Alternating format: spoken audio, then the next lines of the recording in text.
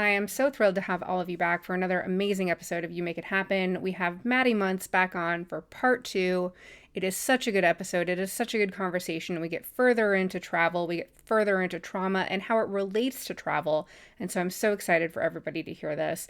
As always, I deeply appreciate the support. The ratings help more than y'all know. Click the 3 dots on Apple, Amazon, or Spotify. Share it with your friends, family, whomever you think would benefit. That is the biggest compliment you could ever give me. I deeply appreciate all the listener support, and keep sending your questions in. Stay tuned for the episode with Maddy. So happy to have you back and excited to have you back for part 2.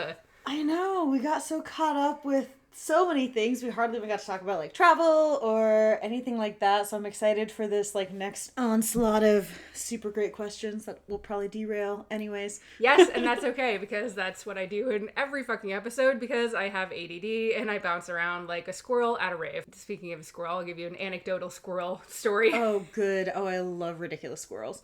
It's a ridiculous squirrel story. One of my friends was like, we were out to lunch with another friend of ours. 3 of us were out to lunch the other day, and she was like, hey, if I'm not looking for a good therapist, is episode 4 still good to listen to? And my friend, before I could answer, my other friend was like, have you met our girl? She bounces around like bing, bing, bing, bing, bing, bing, bing, bing, bing. Yep.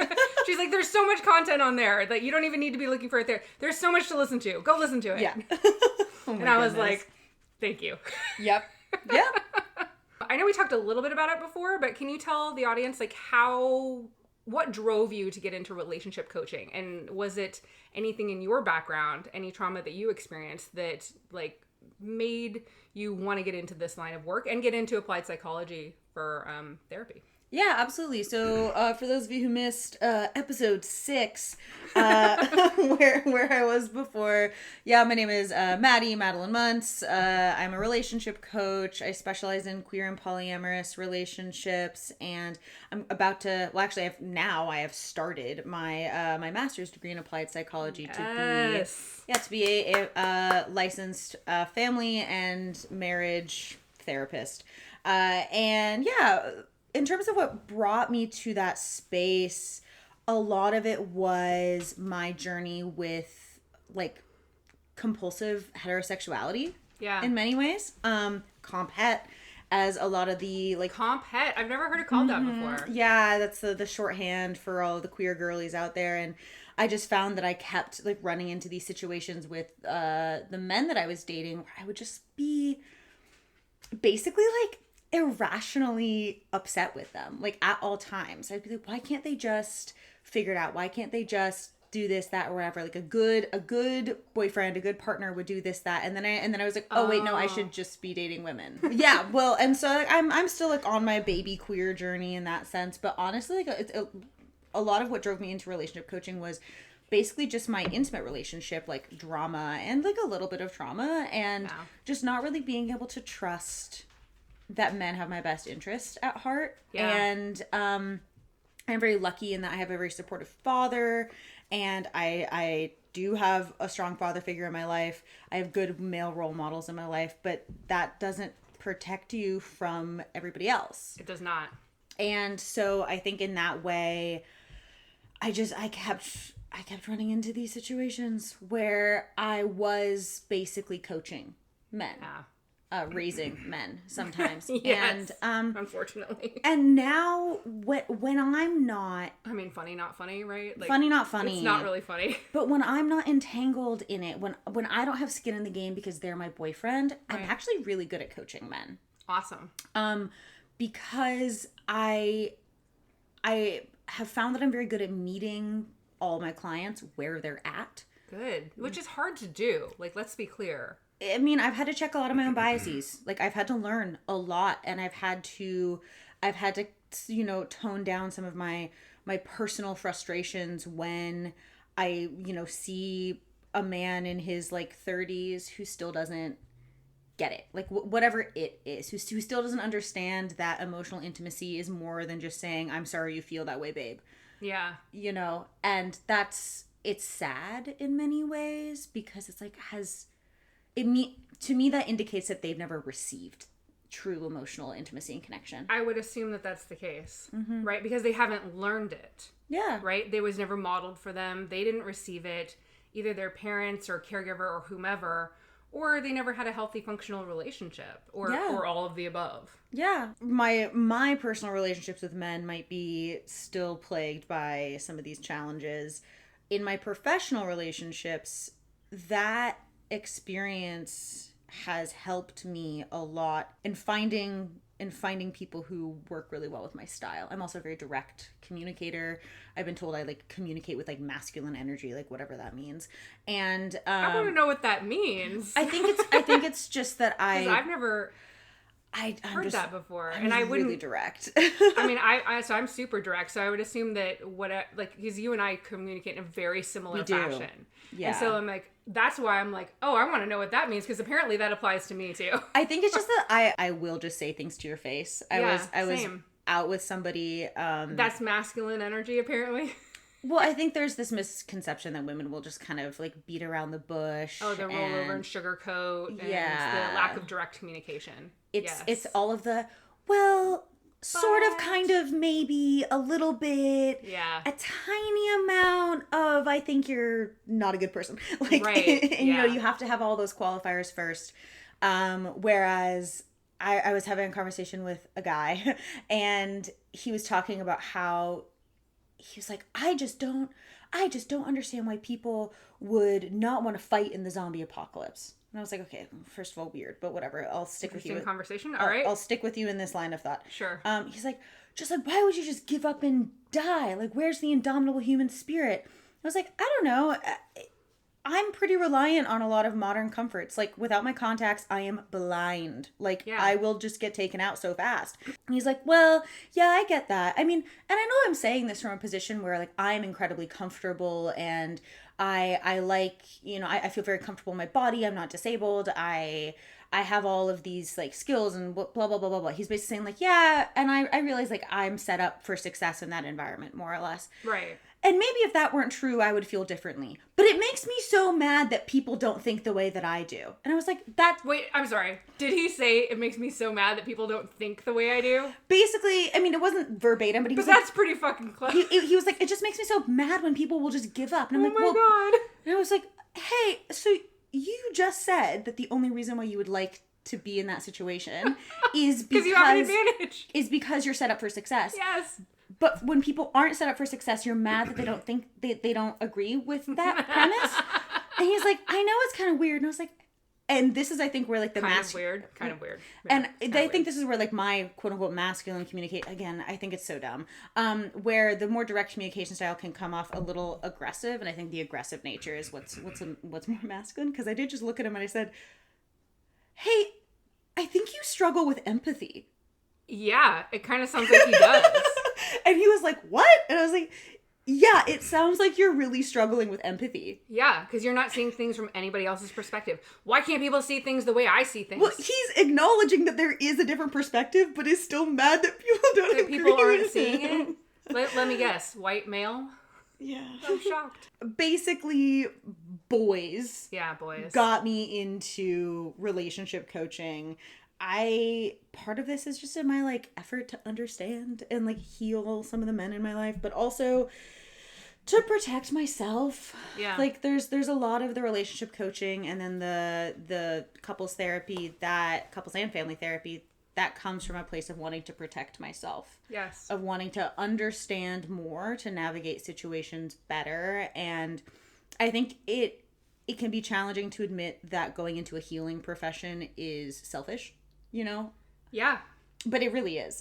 I'm trying to figure out how I can do things better, and it goes back to a little bit of that people pleasing in me of, if I can just act the right way, people will treat me well. And so if I learn the perfect way to behave, then everybody will treat me nicely and no one will be mean to me ever again. Well, and you'll be valued and you'll be revered and you'll be appreciated and all the things, right? Yeah. Oh, I'm right here with you. Like, I mean, let's be clear. I started this podcast because I wanted to help people and I wanted to help myself.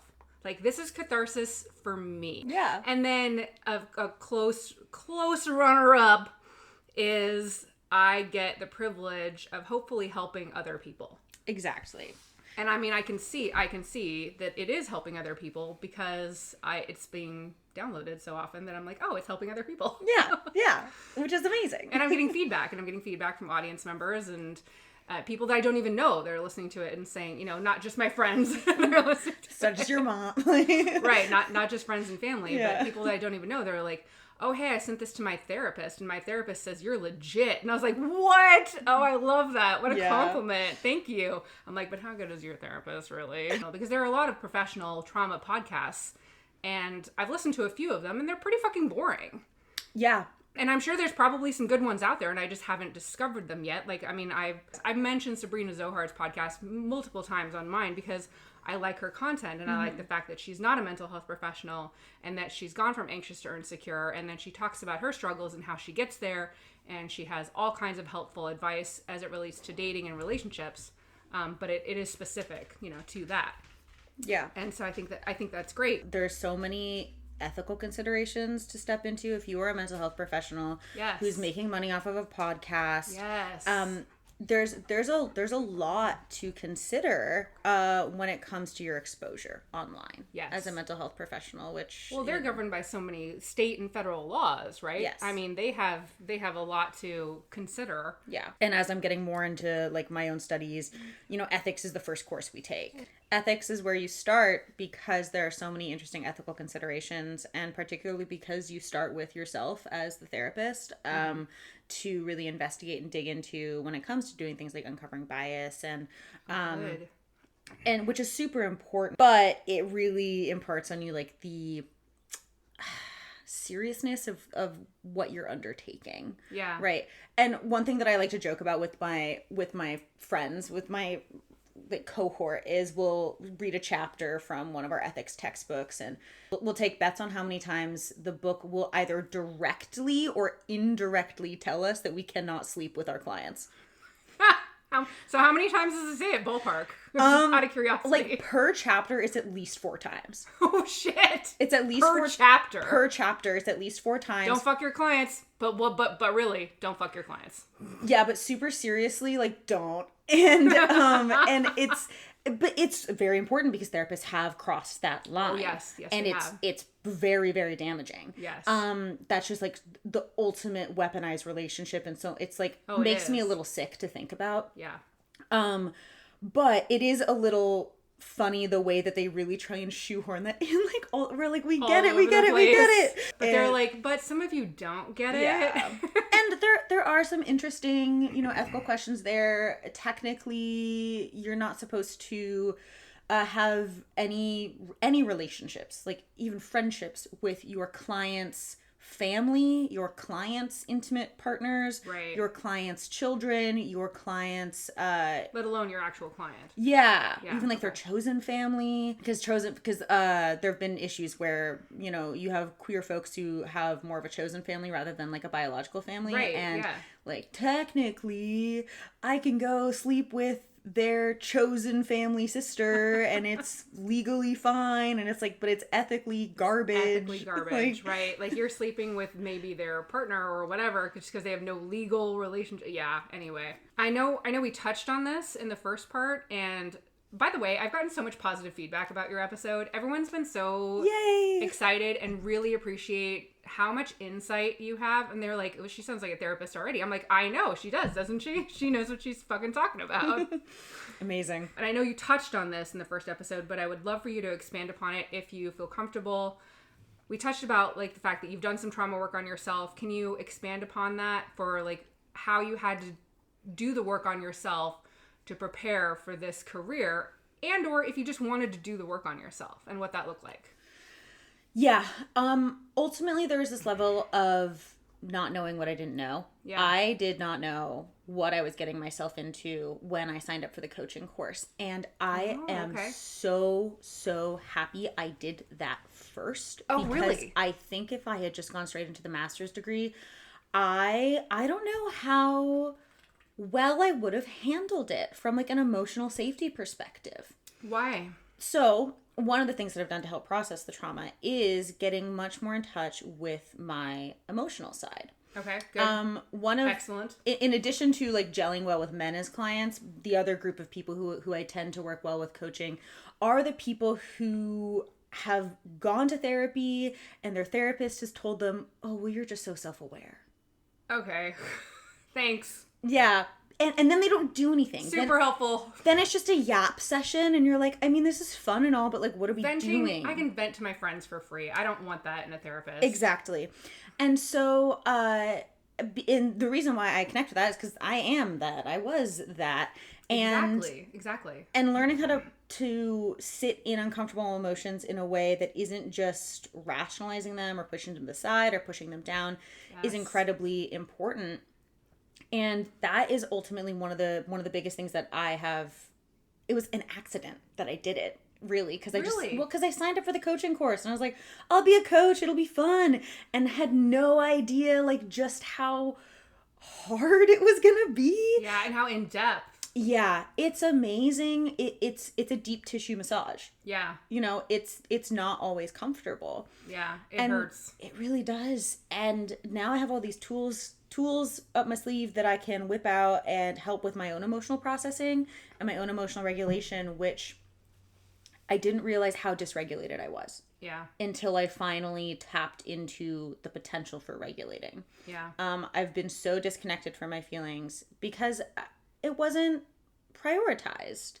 You know, for me as a kid, it was always the science of it and the logic of it, and you can kind of get away with anything if you can argue it well enough. That was what I was taught as a kid. If you can argue it successfully, you win. And honestly, I kind of agree with that in many ways because and then, you know, teaches negotiation tactics from a young age, and that's great. Yeah. But one of the issues that caused was, of course, there was no room for emotions in a logical argument, which is a fallacy. That's a fallacy. Yes. Emotions exist in logic. Absolutely. Emotions exist in good arguments. Yes. Emotions exist in all of these places. Yes.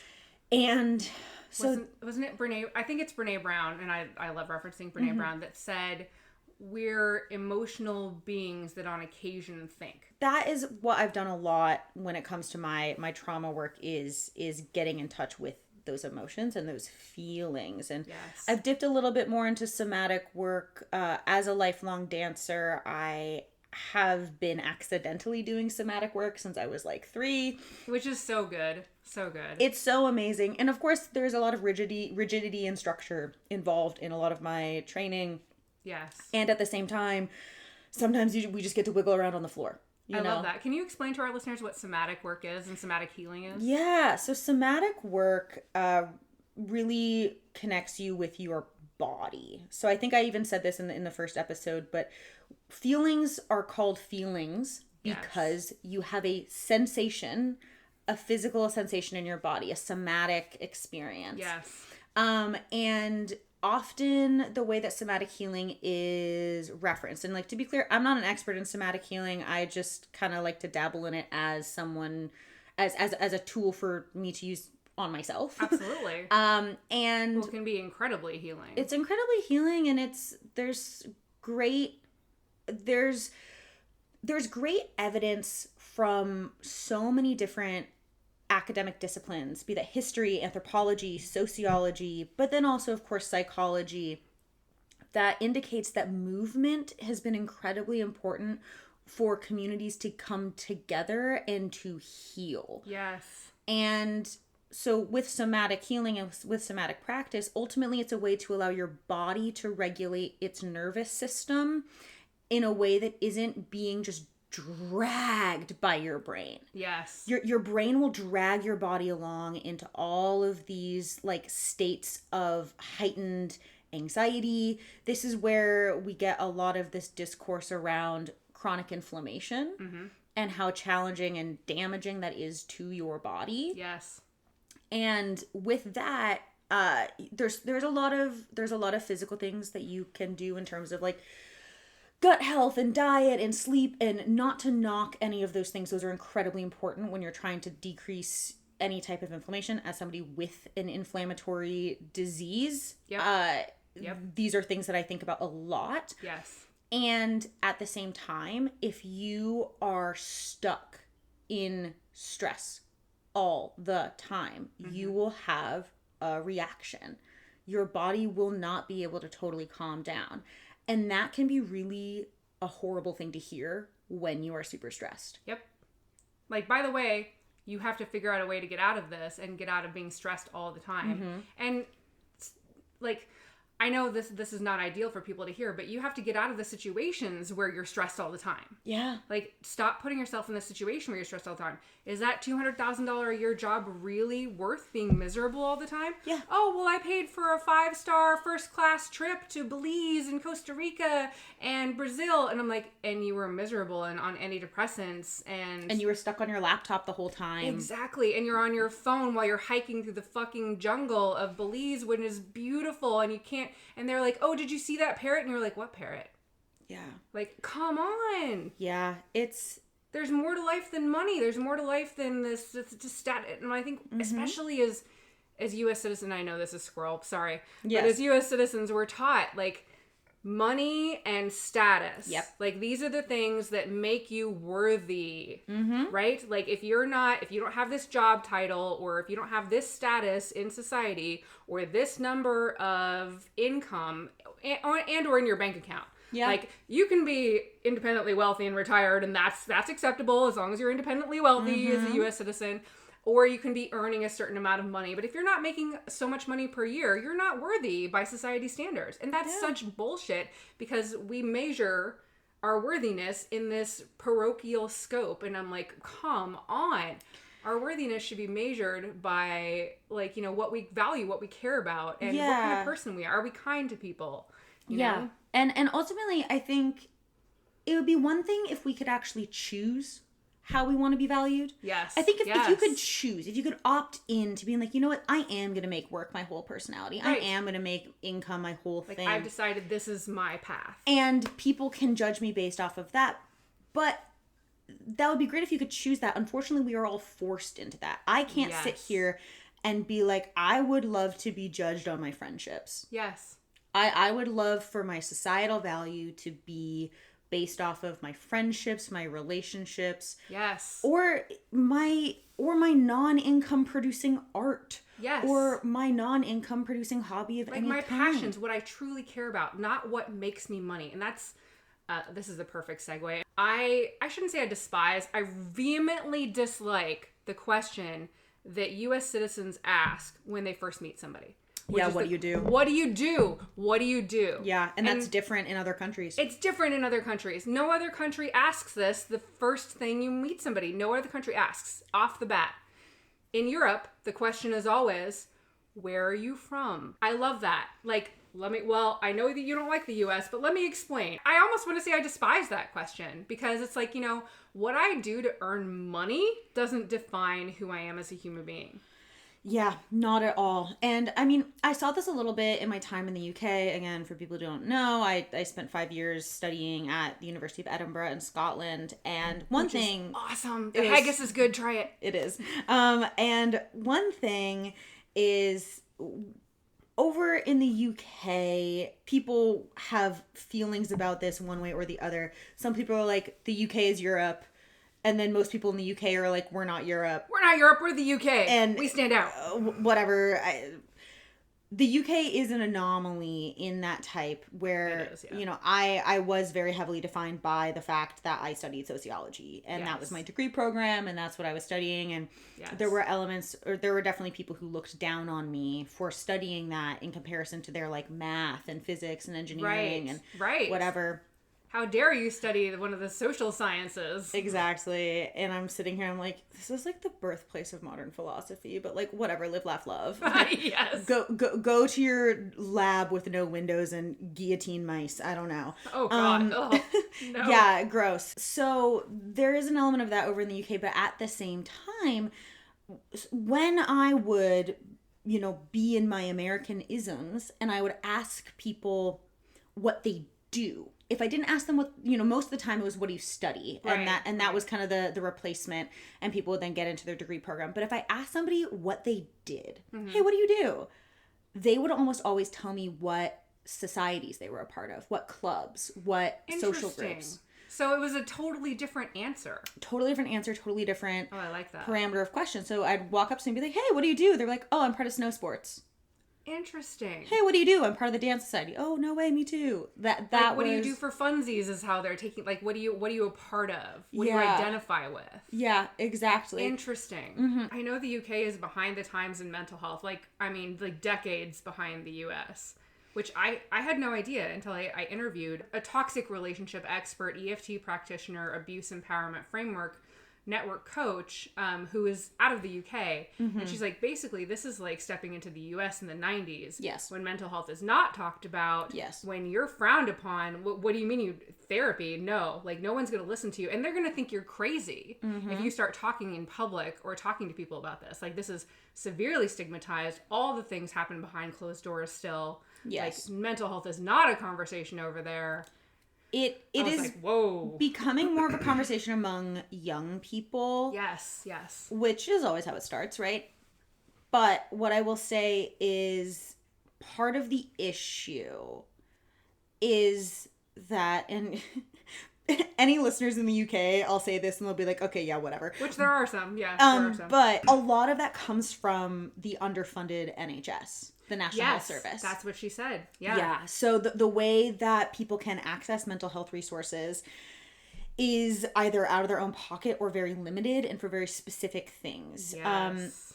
She said like 9-month wait list. And then they were like, this is your problem. Here's some meds. Go away. I don't have time to deal with you. Yes. Like after 9 months of waiting. Yes. Talk therapy is essentially never covered under the NHS for low level things, for just, generalized anxiety disorder, major depressive disorder, unless, and even in instances of self-harm and where people are worried that where mental health professionals are worried that you will take your own life. Yes. They'll still just send you home. Yes. That's what she said. They were like, oh, here's some drugs, go home.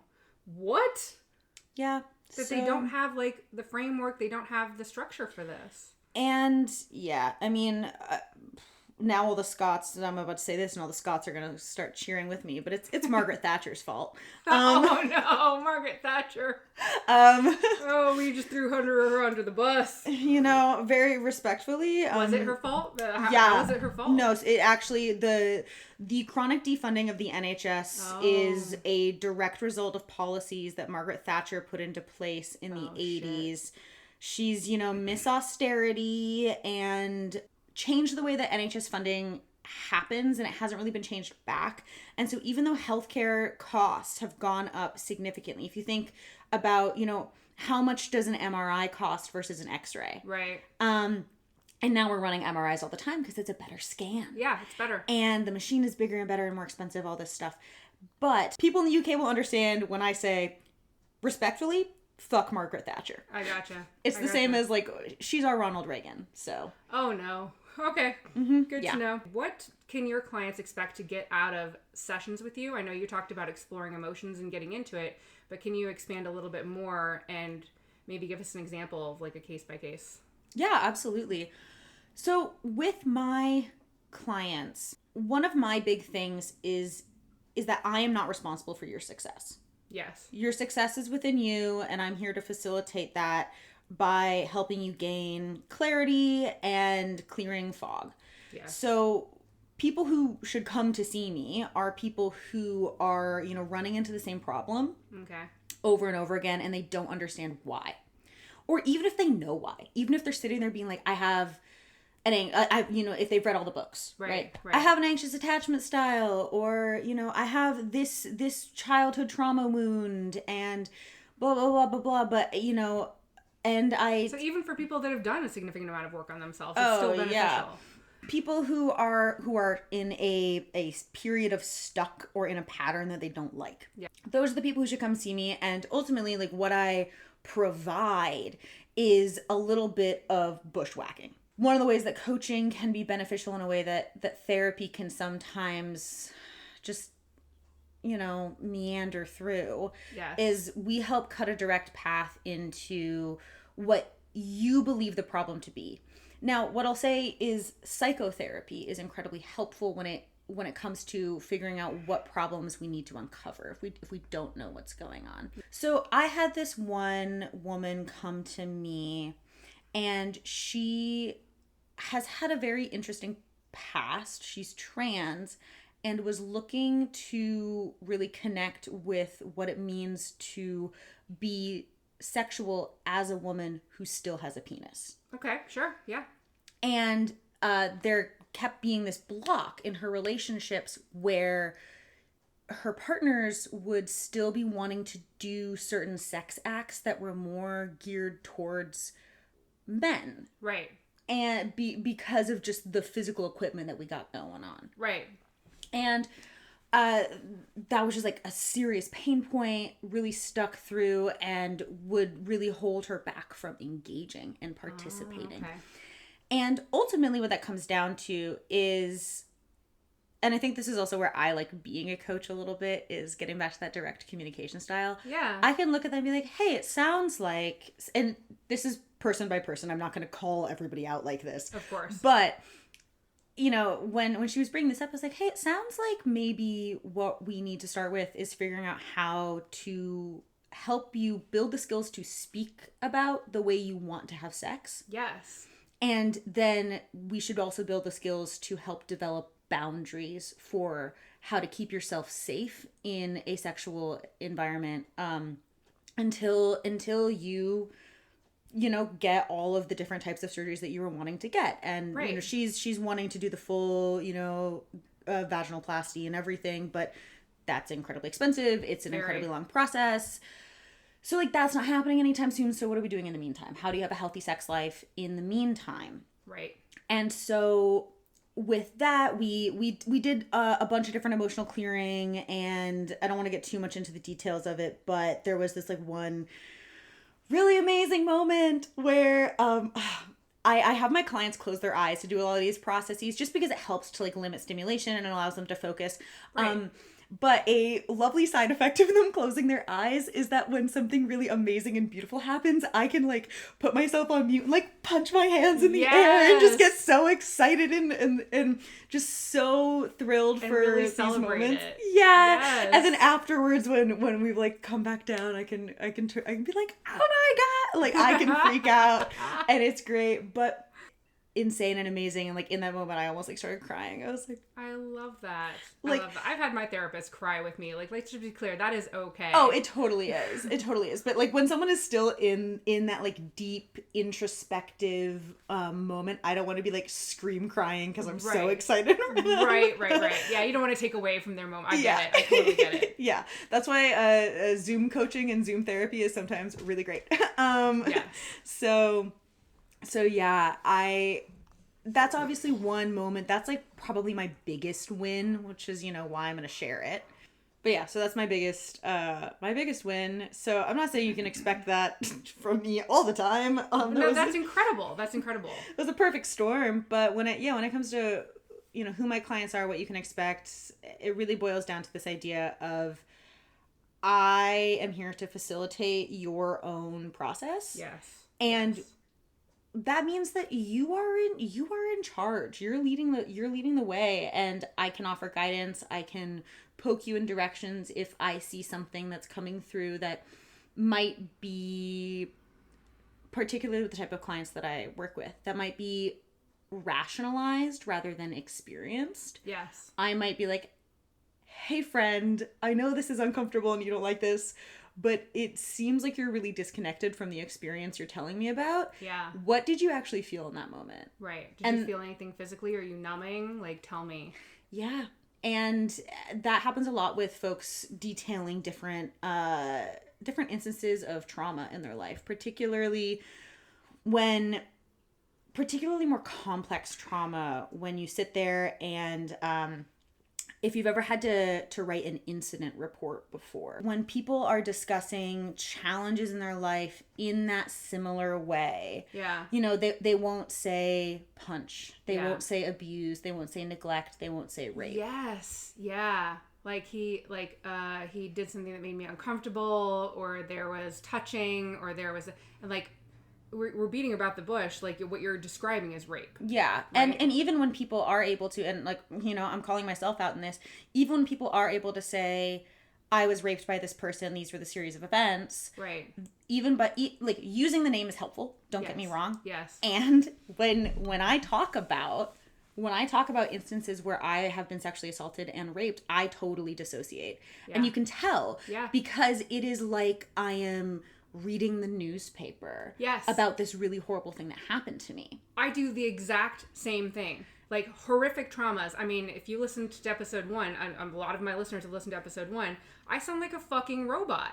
Yeah. And I got some feedback from that, like, why do you sound like a robot saying that you're, you know, this 13 felonies, your mother was sexually assaulted, and then you got PTSD, and oh, by the way, your brother's a psychopath, and your mother is, you know, has no empathy. And I'm like, I recite it because I am so disassociated because it's too much. It's too much for my brain to handle. It's easier to tell the stories if it happened to somebody else. Yes. Yeah. And I recite it like a robot. Like, I'm so disconnected, and that applies to most of, if not all, of the horrific trauma that I've experienced firsthand and secondhand. But that was my most horrific secondhand trauma. And I ended up getting PTSD over it because my mother described it in so much detail.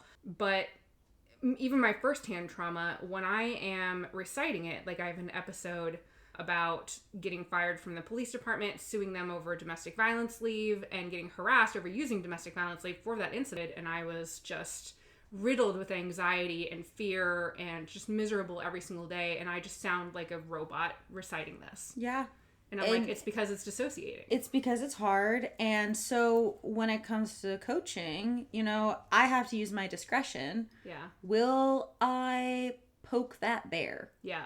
Is it within my competency to poke that bear? Yeah. And is it going to be beneficial? Is it going to be beneficial? And that's also why if anybody comes into coaching with me, which, you know, disclaimer, if you disclose to me that you have any sort of past or history with suicidal ideation or self-harm, right, I'm going to make a safety plan for us. This is one thing that if and listeners can do this themselves, you can go take a mental health first aid class. Oh. They exist. I didn't even know that existed. They're really amazing. And one of the few things that you can actually do if a friend calls you and they're in a bad way and they're telling you they're going to hurt themselves is help them make some sort of mental health plan until you can get there, until you get people who know better than you there. Right, right. Which is, I mean, if you think about first aid, that's the same thing. You know, you aren't doing CPR because you were going to save that person's life. You're doing CPR until the paramedics can get there and fix it. Yes, yeah, you take over. So mental health first aid, temporary. Highly recommend looking into it. But with that, I use those skills and I will have us make a safety plan at the beginning of our time together to just be really clear. And if you're unclear about what a safety plan is, it's honestly pretty simple. There is an initial assessment of, you know, what is your suicidal ideation looking like right now? Like, how prevalent is it? And you might be like, it's at a 0. This was years ago. And I'm like, yeah, cool. We're still going to talk about this anyways. Right. And then we're going to talk about, you know, do you have anything in the house that you could use to hurt yourself or others? Right. You know, weapons, knives, guns, drugs, anything like that. Where are they? Who knows where they are? Is there a space where you can keep them that is more in view of everyone in the house? Right. So one thing that I encourage people to do is, even for medication that is not potentially harmful, I still suggest that everybody keeps their meds in like a communal area. If you're adults, yeah, if you have kids in the house, this is a different story. Yeah, of course. But it's very cute, you know, when I am over with my parents, you know, we all have our drugs lined up like on the kitchen counter, and it's very funny because all of us are taking something at least once a day for like for blood pressure, and as a lot of, you know, US citizens are. There's things like that. And then we talk about like other people that you can call, friends you can call. I usually will this is a kind of in the moment decision. Sometimes what I'll do is, if this is a bigger worry, is I will have us call the suicide hotline together. Okay. And it's 988 for anybody who wants to know. 988 is the National Suicide Hotline here in America. And you can call that, and that way when you're not in a crisis, you aren't like worried about it. And so I've helped people make those calls quite a few times just as like a discovery call. Yeah. Basically. Yeah. And then from there, we talk a little bit about, and there's actually some interesting discourse on this. This, I think, is changing in the standard safety plan, but we talk a little bit about things to look forward to. I like that. There's ways to phrase the question, because I've definitely been in spaces where I'm really depressed and someone's like, well, what do you have to look forward to? Nothing. Exactly. Yeah. I'm a petulant teen. Nothing. I've been there. And so there's things where you can change the phrasing of it instead of like, what do you have to look forward to? Or what do you have to live for? Don't ask that. Don't ask that question. No, don't ask that one. Just be like, what do you have coming up next week? Right. Are you excited for that? Right. What do you have coming up? You know, and just think about like common touchstones. And this is more like in a crisis. But if someone's not in a crisis, then you can be a little bit more like, what are the good things that are happening in the next 12 months of your life that I can be mindful of? Right. Do you have any plans, or is there something you're looking forward to in the next 6 months or 12 months or whatever? Yeah. So I'll do that with honestly, I do that with most of my clients, even if just in an exercise to help them learn what the process is, because this tends to come up where either they are the one who has had a history with thoughts of harming themselves, or they are close with someone who has. I gotcha. Okay. And so sometimes I will even run a safety check with folks who are not themselves suicidal, but as a way to show them how you can do it. I like that. As a teaching exercise. I mean, that's just it's just another resource. It absolutely is. Yeah, I like that. Yeah. I actually recently got a question from a listener, and as well equipped as I am to answer this, which is not entirely, I thought this is a really good question for both of us, because I was like, this is perfect. This is in Maddy's wheelhouse, and it's partially in mine, and it has to do with somatic healing. Mm-hmm. A listener asked, if you have pain in your body, or like, like stomach aches, and like, is that indicative of a certain type of trauma, or are you holding a certain specific, type of trauma in, depending on where it's at in your body, and can you target that area to work on it, even if you don't know necessarily what that trauma is? If you have targeted pain or a problem in your body, like if you're experiencing headaches, stomach aches, backaches, whatever. Yeah. I mean, I think first thing is obviously like, did I lift something too heavy, and is that why my back is hurting? Right. Mechanism of injury. So there are certain things where I would be mindful not to put all your eggs in one basket, but that goes both ways. Don't put all your eggs in one basket of my stomach ache is physical. Yes. My headache is physical. Yes. I remember when I was a senior in high school, I was so stressed about getting into college. And it was so bad that it triggered these really bad migraines. And I've actually had a migraine, a stress-related migraine issue ever since. Oh, like wow. This is the moment that kicked it off, where for like 6 weeks, I was getting like one migraine a week, which is a lot. And it was migraine with aura. Like I'd go blind, and it was bad. Eesh. Bad. And it was to the point where I was like, I need to go see a neurologist. Like I need to go to the headache clinic. I need to do all this stuff.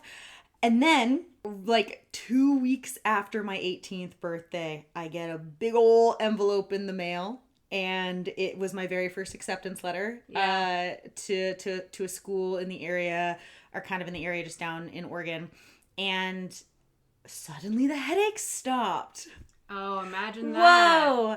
So there's this element of like, don't put all your eggs in one basket for it being an emotional cause, but also don't put all your eggs in one basket for it being a physical cause. What I will say is, for women have more chronic pain. Women have more autoimmune disease. Yes. Women have more inflammatory disease. Yes. And there's many reasons for this. The biggest one is that we just don't research women. We research people, but we exclude women, which means we're just researching men. Yeah. So there's a great book called Invisible Women. It's all about the gender gap in data. Okay. Which I highly recommend you read, and I'll make sure that we get that in the notes. Of course. And so when it comes to having pain in a specific area as it's related to trauma, as it can connect with somatic healing, what I will say is, from my understanding, there's a lot of like trauma tension held in your hips, your shoulders, and your neck. Yes. And things that you can do to move those areas of your body will be helpful in releasing that tension in your actual physical nerves, like in your nervous system. Yes. And because what will happen is, let's say you are in a situation where you're tensing up around something, like your body is physically tensing up around something, your body will continue to physically tense up around that because you've conditioned it. Right. And so that might be where you're getting this like chronic, like sciatic nerve pain. Often I see a lot of somatic healers talking about sciatic nerve pain specifically. And I think there's a lot of reasons to this. We sit a lot. Yeah. We're already prone to it. And then as you get more and more anxious about whatever is going on, or as you are ruminating more and more on your trauma, then it gets worse. Yes. And whatever you can do to kind of release that and, work your IT band and even just do like hip circles, like cat cows, anything like that. You can move your hips when you do cat cows too. Like, see, I like Yoga with Adriene, and this is not a paid advertisement. Let's be clear.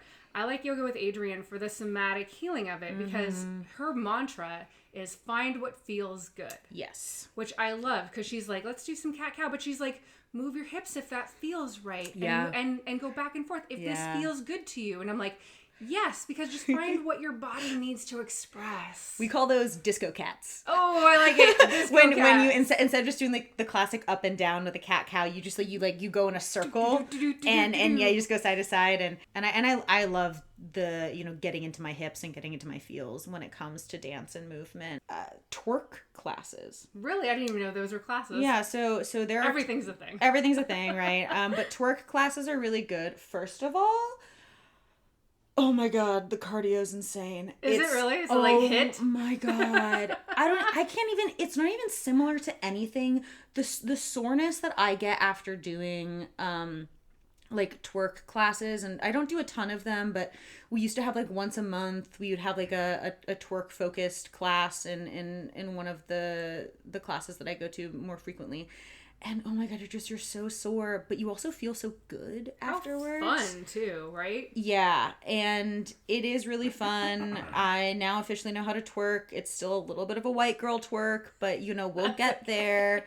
And, it just took me, I think, like 25 years to figure it out. I have no idea, so you're ahead of the curve. Like. Fair. But yeah, it's a really fun time. It's not only a great workout, but it's healing. Particularly, a lot of these twerk classes are for female identifying people only. Okay, I like and that. Safe place. You can, get your ass out.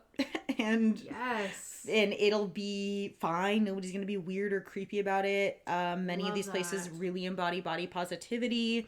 Yes, I'm all about the body positivity. Particularly because guess what?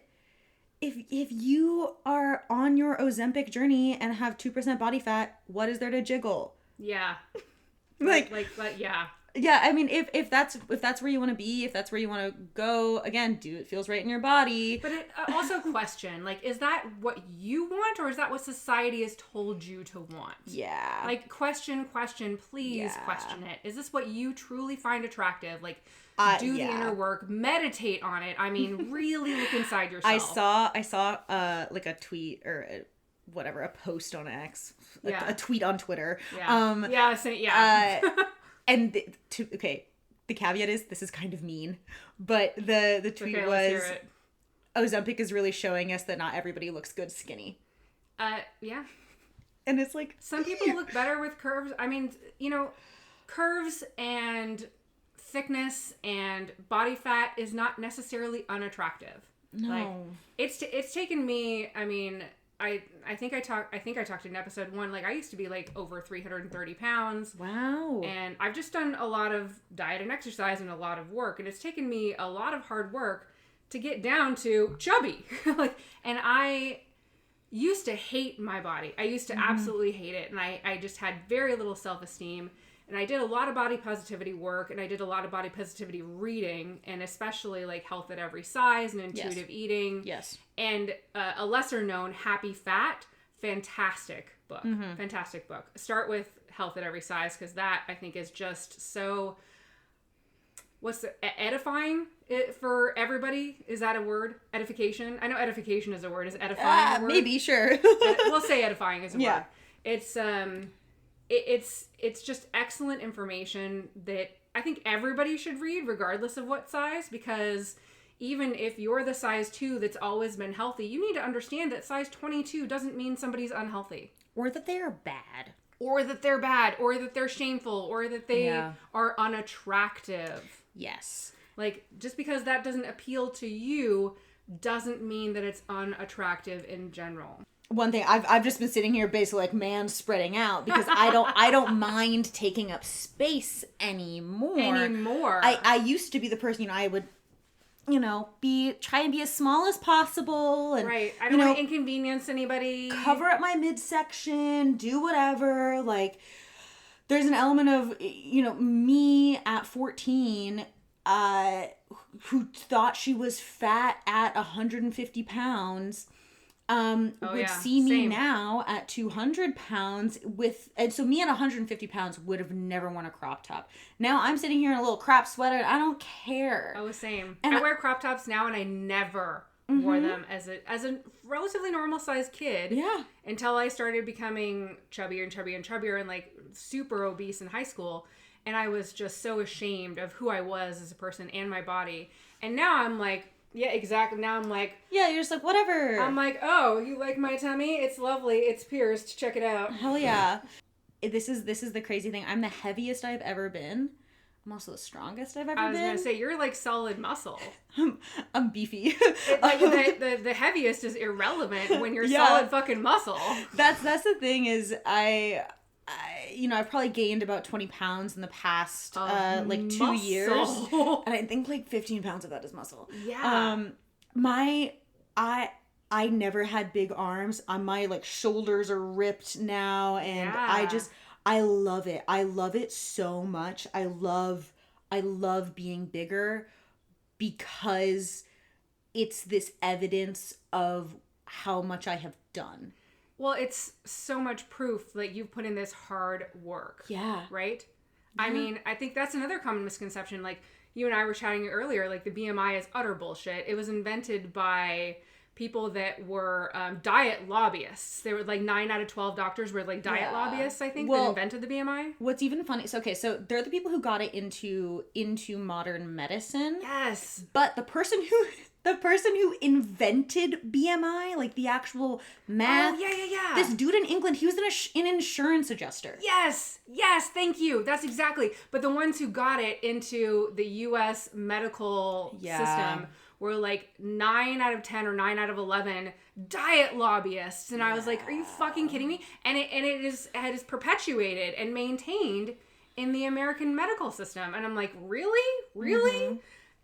And still today, doctors are still taught it. And I'm like, this needs to be taught with a grain of salt, or not taught at all. Like, BMI is bullshit, because athletes like yourself are considered morbidly obese. I'm like, have you checked their muscle compared to how much fat they have? No, they haven't. Yeah. Like, that's ridiculous. Like, Serena Williams is considered morbidly obese. Yep. Fucking Michael Jordan. Oh, that man's morbidly... Oh, are you kidding me? Yeah, it's this element of, like, you just kind of have to use your eyes a little bit in addition to a lot of other common things. Sense. From all that I've read and gleaned and absorbed, I think the answer is yes, and also not necessarily. Like, it depends on the medium. It depends on the mechanism. Like, are you stressed all the time? Is your stress manifesting in your shoulders and in your neck? Is your stress manifesting in your hips? Or did you have a sexual trauma where now you have a compression between L4 and L5 because your nerves are clamping down in there, right? And I mean, that can also happen as well. Like, it can be specific to a trauma that happened in a place in your body, and it can be stored in any particular place your body sees fit. Like, Yeah. I know I store stress in my neck and shoulders, but I know I also have like issues with my hips, and I used to have issues with my sciatic until I started taking care of myself, until I started doing mental health work, until I started really digging into my traumas, and then suddenly my sciatic pain disappeared. Yeah. And I was like, where the fuck did that go? Oh, that's where that went. Yeah. And I think you still have to make sure that you're monitoring the physical aspect of stuff, because one thing that I'll speak to is when my depression hits harder, I am kind of the classic, stuck in my bed. Yeah. Feels like my bed is cement. Yeah. And won't get up for way, way, way too long. And the results of that, depending on how I'm laying and where I'm laying, I'll end up with, a sore shoulder, a sore neck, a sore hip, a sore whatever. And I'll notice that soreness will stick with me until that depressive episode is cleared. Yep. And so, the depression didn't cause directly the tension in my left hip. Right. But the behaviors that result from my depression, the symptoms, caused me to be in what was essentially a stress position for long enough, because I was so dissociated that I couldn't really I couldn't relax that part of my body enough until I was out of that headspace. Yes. So it's a little bit of a chicken and an egg situation. And I will say that if you're like really, really stuck on an injury, or not an injury. An injury is a much more like specific and acute experience. If you're really stuck on this sort of chronic come and go pain, there might be something in it for going to like a physical therapist. Yes. But there also might be something in it for going to a somatic therapist, or just a regular mental health therapist as well. Yeah, or trifecta. Like, if you want to target something that you're thinking might be partially, trauma related or fully trauma related, and it's physically manifesting, your physical symptoms are real. That really happens. Your body is really, truly affected, and you can take a multifaceted approach. Do you feel that travel can be helpful in a healing journey? And if so, why? Oh my God, yes. For so many reasons. Okay. So travel can be helpful in a healing journey for a few different reasons. Mostly the change of scenery can be incredibly helpful to get you out of sticky patterns and trenches. Yes. It can also be incredibly helpful to clock where your experiences might be more like societally based rather than individually shouldered. And by that I mean, just like we were talking about at the top of the episode, this idea of what do you do? What does that question mean? And it means different things depending on where you are. Right. And so that stress you're feeling around your job and how tied it is to your identity and all of this sort of stuff, and maybe those feelings of inadequacy around, not having the degree or not having the title, can seem to pale in comparison to some of the struggles that other people are having. But more importantly, it will pale in the importance in people's lives and other people's impressions of you. Yes. Thank you. And that can be really helpful. So in many ways, travel is a great way to get your head out of your own ass. Yeah. In every single way. Mm-hmm. Yeah. It allows you to, get a little bit more of a bird's eye view from your life by taking a break. This is why breaks are important. It allows you to reflect. When your brain is finally able to stop and breathe and reflect, you'll probably come to better solutions to your problems. Yes. Things that seemed insurmountable might actually just have a very simple solution. Or seem less problematic, or seem like less of a big deal. Yeah. Yeah. I mean, I had this amazing moment where I was on a family vacation, and I spent the first 4 days of a 7-day trip just talking nonstop about how stressed I was about my job and how much I hated my job and how stressed I was. Yeah. And on that 5th day, I opened up LinkedIn and started applying to new jobs. You're like, wait a minute, I'm miserable. I hate this. Yes. What am I doing here? Yeah. Good for you. And so I think that can be really helpful. I still needed to externally process and kind of get to that point, but having the break was super helpful. So travel is incredibly important. Well, important is challenging. Important sounds like it is a need and a necessity. You can find happiness and health and mental equilibrium without travel. I will say that if you have the ability to access travel as a mental health resource, you should do it and do it mindfully.